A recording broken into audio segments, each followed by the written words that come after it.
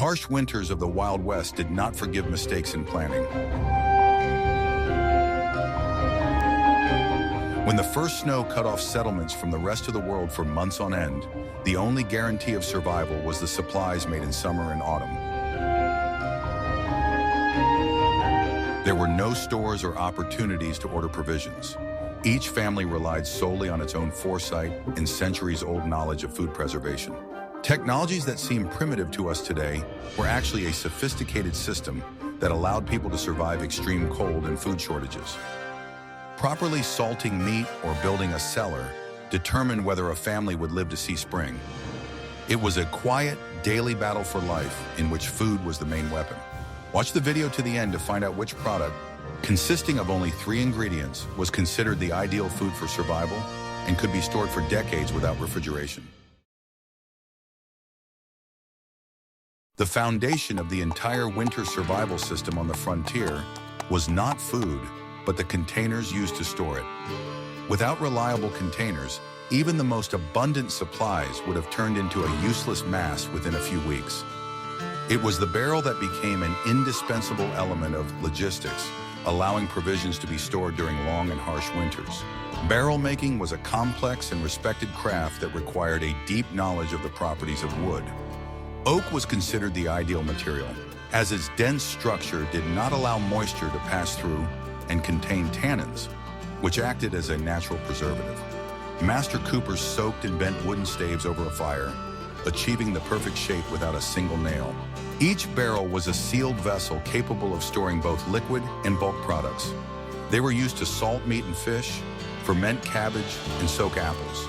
Dry products such as flour, salt, and cereals were also stored in barrels, which reliably protected them from moisture. The volume of the barrels was standardized, which simplified trade and calculations of the necessary supplies for a family.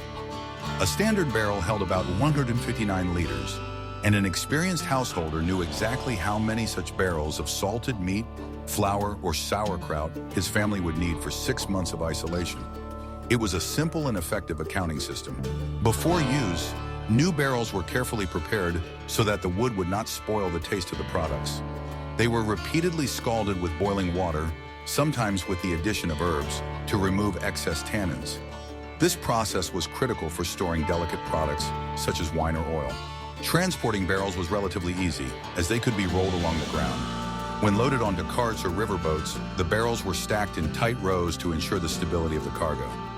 This form of packaging was optimal for long journeys over rough terrain. In addition to storing food, barrels served many other purposes on the farm.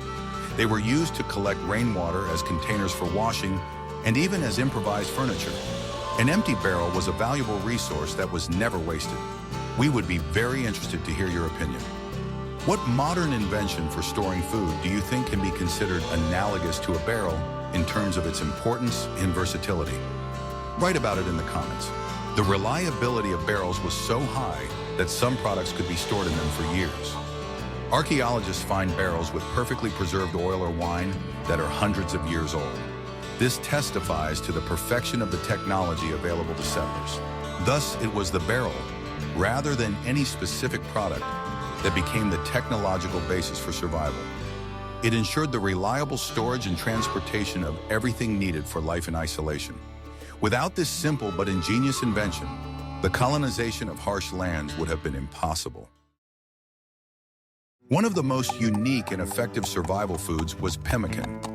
This invention of the indigenous peoples of North America was quickly adopted by trappers, explorers, and settlers. Pemmican was a concentrated food with an incredibly long shelf life. The basis for pemmican was the meat of large animals, dried to a powder. The meat was cut into thin strips and dried in the sun or over a low fire until it became brittle. It was then ground with stones into a light, almost weightless flour. The second key ingredient was rendered fat. The fat was carefully melted over a low heat, separating it from the cracklings and water. The hot liquid fat served both as a binding agent and a preservative, protecting the meat powder from contact with air. The third component was often dried berries, such as cranberries, urga, or blueberries. They not only added flavor, but also enriched the pemmican with vitamins, which was critical for the prevention of scurvy.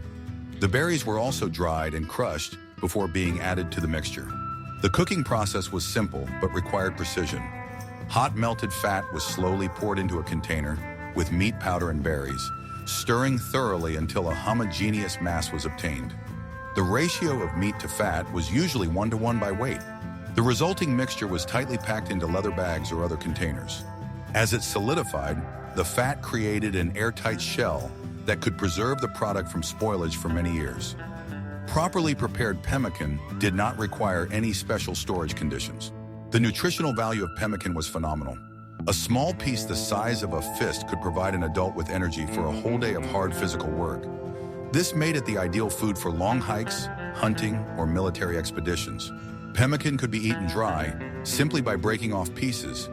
It was also often crumbled into a pot of boiling water to make a hearty and warming soup called rhubarb. Sometimes flour or root vegetables were added to the soup if they were available. Thanks to its compactness, durability, and high-calorie content, pemmican became a real currency on the frontier. It was used for trade and to pay for services. Having a supply of pemmican meant confidence in the future, even in the harshest conditions.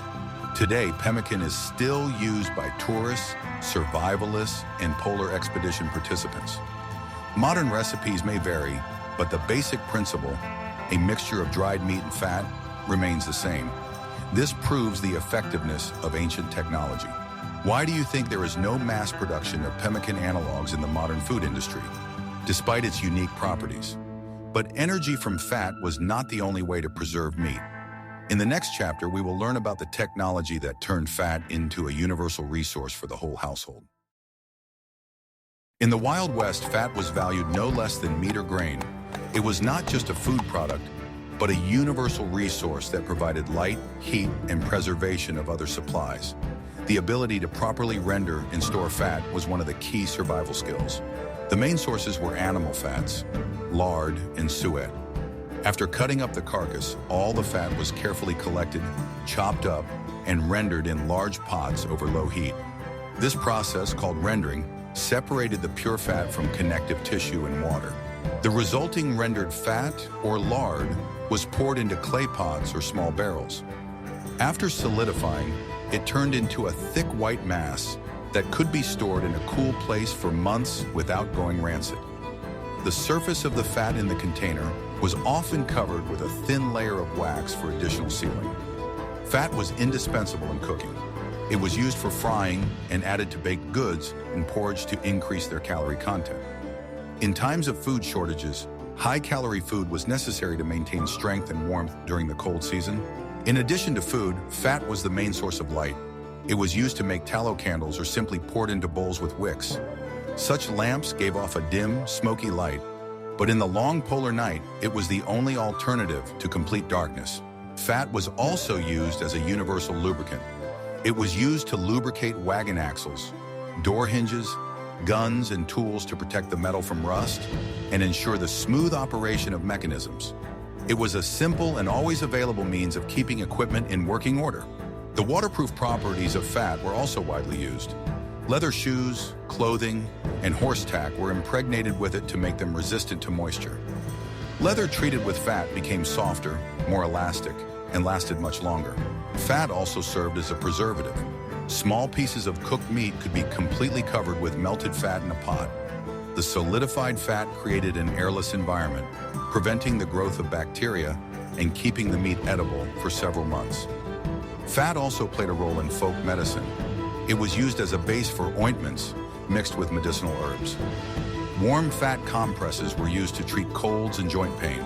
Thus, every family sought to stockpile as much fat as possible for the winter. This resource was too valuable to be used only for food. Its availability determined the availability of light, the serviceability of tools, and the durability of clothing, key aspects of comfort and survival. If pemmican was concentrated fuel for extreme conditions, jerky or dried meat was an everyday food. This method of preservation was easier and faster than making pemmican and was accessible to almost every family. Dried meat was light, nutritious, and had a long shelf life. Lean meat was used to make jerky. It was cut into very thin, long strips along the grain. The thickness of the strips was critical. The thinner the piece, the faster and more evenly it dried. The sliced meat was often pre-salted or marinated. Salt drew out excess moisture and served as an additional preservative. Wild herbs and spices were added to the marinades to flavor the meat and repel insects during the drying process. Drying was carried out in several ways depending on the climate and season. In summer, strips of meat were hung on wooden frames in the open sun. A constant breeze and low humidity allowed the meat to dry in a few days. In more humid climates or during the cold season, the meat was dried over a fire. The strips were hung at a safe distance from the open flame so that they would slowly lose moisture under the influence of warm air. Sometimes this process was combined with light smoking. Properly dried jerky became hard and brittle, like a splinter. It lost up to 3/4 of its original weight, making it an ideal product for transportation. A small bag of jerky could provide a person with protein for several days of travel. The finished jerky was stored in a dry, ventilated place, usually in canvas bags. The main condition was the absence of moisture, which could lead to mold growth.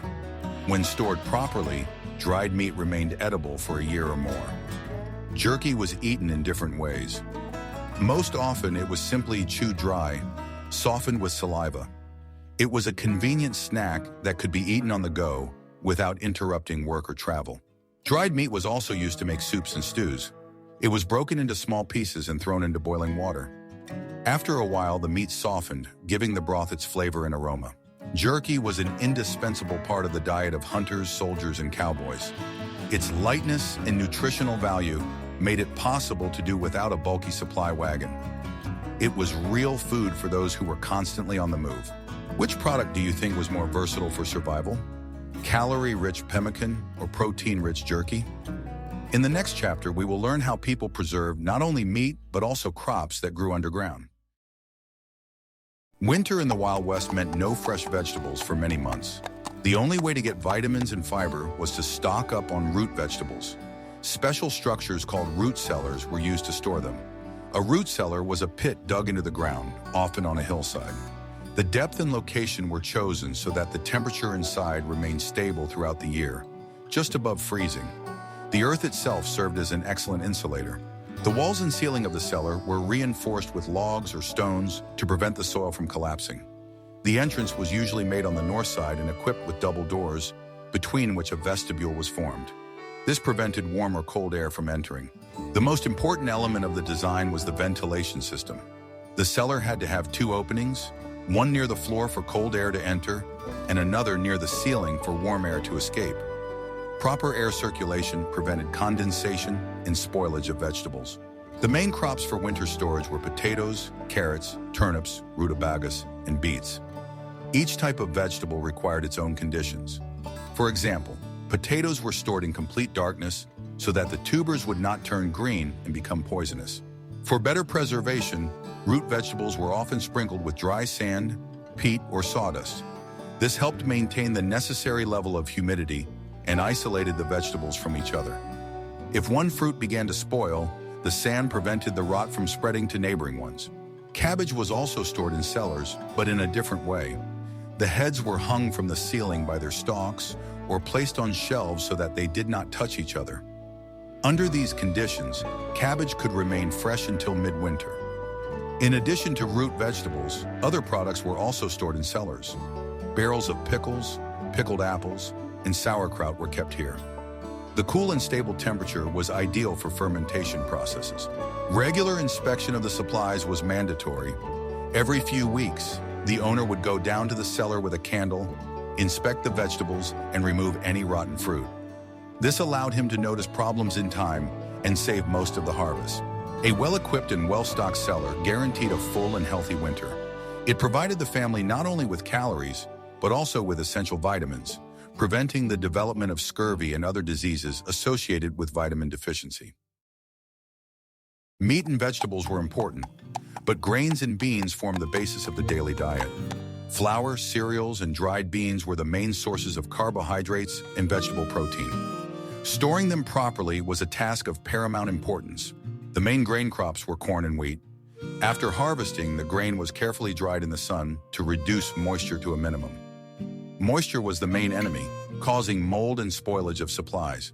The grain was stored either in cobs, corn, or as kernels in thick canvas bags or wooden chests.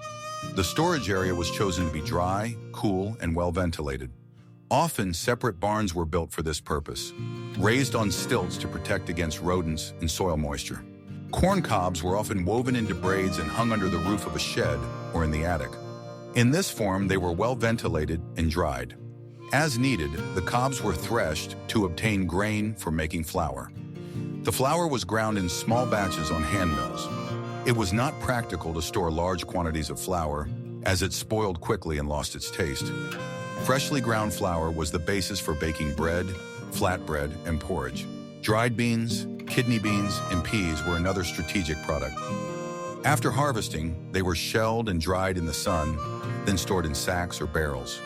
Beans were easy to store and contained a lot of vegetable protein, which made them an excellent substitute for meat. Corn flour was used to prepare many dishes: mamaliga porridge, tortillas, and bread. Wheat flour was used to bake more familiar bread, pies, and cookies. Having a supply of flour meant that the family would never be without bread, the main symbol of prosperity. Beans were most often used to make thick soups and stews. They were soaked overnight and then cooked for a long time with the addition of fat, vegetables, and leftover meat. Such a dish was simple, cheap, and very filling. Folk remedies were used to protect supplies from insects. Dried tobacco leaves, bay leaves, or garlic heads were placed in bags of grain and beans.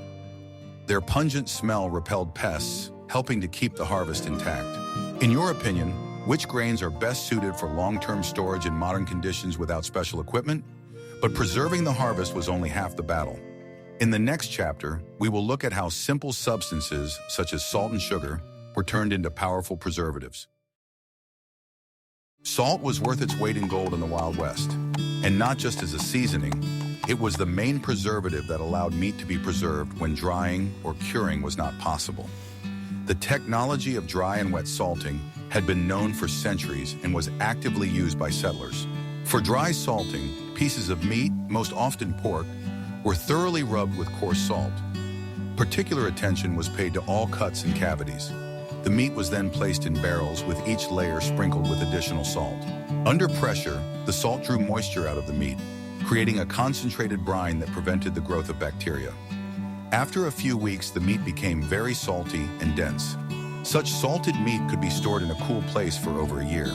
Wet salting involved the preparation of a saturated salt solution called tuzluk. The meat was completely immersed in this solution in barrels. Sometimes spices, saltpeter, or sugar were added to the brine for flavor and better preservation. Before consumption, the salted meat had to be soaked for a long time in several changes of fresh water. This allowed excess salt to be removed and made the meat suitable for boiling or frying. Soaked salted meat was the basis for many winter soups and stews. Fish was also salted, especially in regions rich in water bodies. Salted and dried fish was an important source of protein and phosphorus. Its preparation technology was similar to that of meat salting. Sugar, although a more expensive and rare product, was also used for preservation. It was mainly used for preserving berries and fruits. They were used to make thick jams and preserves, where the high sugar concentration acted as a preservative. Wild berries picked in the summer, cranberries, lingonberries, raspberries, were ground with sugar or boiled down to a thick consistency. The hot jam was poured into glass jars or clay pots and sealed with wax or oiled paper. These sweet preserves were not only a treat, but also an important source of vitamins in winter. They were served with tea, spread on bread, and used as a filling for pies. For children, this was often the only dessert available. The combination of salt and sugar was sometimes used for smoking. The meat was first marinated in a sweet and salty marinade and then smoked. Sugar gave the final product a pleasant taste and contributed to the formation of a beautiful crust. In addition to salt and sugar, there was another powerful method of preservation that did not require expensive ingredients: fermentation. This process, based on the work of lactic acid bacteria, not only preserved vegetables, but also increased their benefits. Sauerkraut was the queen of fermented products. To prepare sauerkraut, the heads of cabbage were finely chopped, rubbed with salt, and tightly packed into large wooden barrels. The salt drew the juice out of the cabbage, and the tight packing created an oxygen-free environment. A heavy weight was placed on top of the cabbage to keep it covered with its own juice. Under these conditions, lactic acid bacteria began to multiply actively. They converted the sugars contained in the cabbage into lactic acid. It was this acid that acted as the main preservative, suppressing the growth of putrefactive microorganisms. The fermentation process took several weeks and took place at room temperature. Then the barrels with the finished cabbage were transferred to a cold cellar where it could be stored all winter. The low temperature slowed down the fermentation process and preserved the product. Sauerkraut was not just a preserved vegetable, but a real superfood. During the fermentation process, it produced large amounts of vitamin C, as well as B vitamins. This made it the main means of preventing scurvy in the winter. In addition to cabbage, other vegetables were also fermented: cucumbers, tomatoes, and beets. The technology was similar. The vegetables were poured with a salt solution and left to ferment. Pickled cucumbers and tomatoes were an excellent appetizer in addition to meat and potato dishes. Pickled apples were another popular fermented product. Hard apples were placed in barrels, layered with straw, and covered with a sweet brine with added spices. The result was a unique product with a refreshing sweet and sour taste. Fermentation was also used to make beverages. Apple juice was used to make cider, and grain and malt were used to make homemade beer or kvass. These low-alcohol beverages quenched thirst and were safer than water from questionable sources. The ability to control fermentation processes was an important part of the economic knowledge. Housewives knew exactly how much salt to add, what temperature to maintain, and when the product was ready. A mistake could ruin the entire batch of preparations. Thus, fermentation was an affordable and effective way not only to preserve the harvest, but also to enrich it with nutrients. Products that underwent lactic acid fermentation supported digestive health and strengthened the immune system in harsh winter conditions.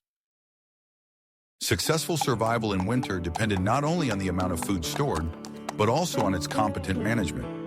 Each family had its own unspoken food plan, which included strict accounting, rationing, and the correct order of consumption of supplies. It was a whole economic strategy on the scale of a single household.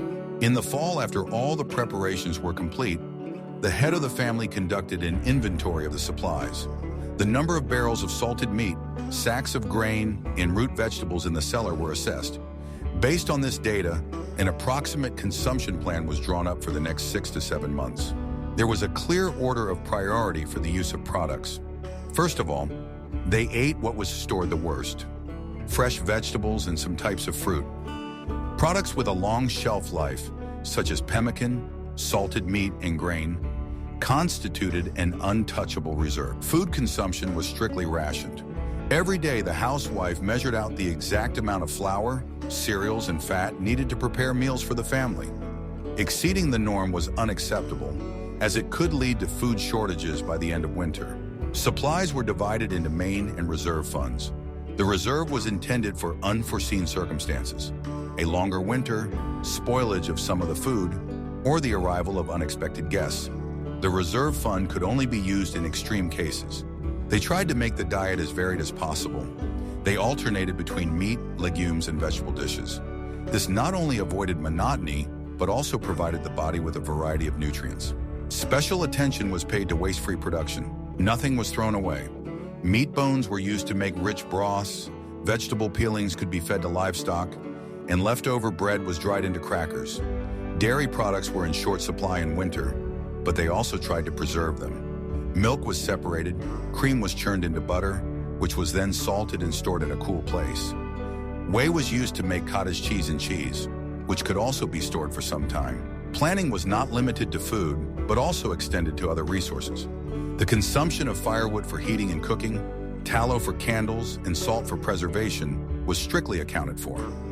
Every resource was taken into account. This system of strict planning and economy was the only way to ensure survival. It required discipline, foresight, and coordinated work from all family members. It was this organization that turned the simple accumulation of food into a reliable life support system. Despite the variety of preservation methods, 3 main products formed the basis of the winter diet in the Wild West. These 3 pillars provided settlers with calories, protein, and carbohydrates, allowing them to survive the harshest times. Without them, survival would have been virtually impossible. The first and most important product was corn. In the form of flour, grits, or whole grains, it was the basis of most dishes. Corn was used to bake bread, cook porridge, and make flatbread. It was the most accessible and reliable source of carbohydrates. Corn was relatively easy to grow, produced a stable harvest, and stored well. Its versatility in cooking allowed dozens of different dishes to be created from the same basic ingredient. In essence, it was the bread of the frontier. The second pillar of the diet was pork, mainly in the form of salted lard and salted meat. Pigs were easy to breed, grew quickly, and provided not only meat but also a huge amount of fat. Fat was the main source of calories needed to keep the body warm in severe frosts. Salted lard and meat could be stored for a very long time without requiring complex conditions. They were a concentrated source of protein and energy. Virtually no winter dish, whether soup, porridge, or fried potatoes, was complete without the addition of pork fat. The third invisible but absolutely indispensable element was salt. It was not a food product in the literal sense, but it was salt that made it possible to preserve the other two key products. Without salt, it would have been impossible to preserve meat or many vegetables. Salt was a universal preservative, accessible and effective. It stopped the processes of decay, allowing stocks to be created for many months ahead. Control over sources of salt often became a cause of conflict, as this resource was strategically important. Thus, the triad of corn, pork, and salt formed the basis of survival. All other foods, root vegetables, legumes, pickles, jerky, were important additions that added variety and enriched the diet with vitamins. But it was these three components that fed the continent in its most difficult times. This simple but incredibly effective set of foods demonstrates how human ingenuity adapted to harsh conditions. Knowledge about the properties of these foods and how to preserve them was passed down from generation to generation. They were a true intangible heritage, valued more than gold.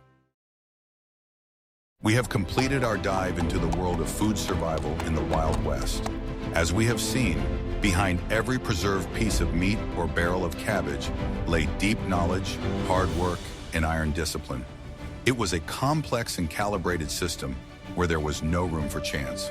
Our ancestors did not just survive, they created technologies that allowed them to explore and settle in the harshest corners of the planet. Their experience is a reminder that ingenuity and foresight are man's main tools in the struggle for life. Many of these principles, drying, salting, fermentation, are still relevant today. Which of the food preservation methods described above do you find most interesting and applicable in modern conditions? Share your opinion in the comments. And don't forget to subscribe to our channel so you don't miss new stories about how humans conquered the wild.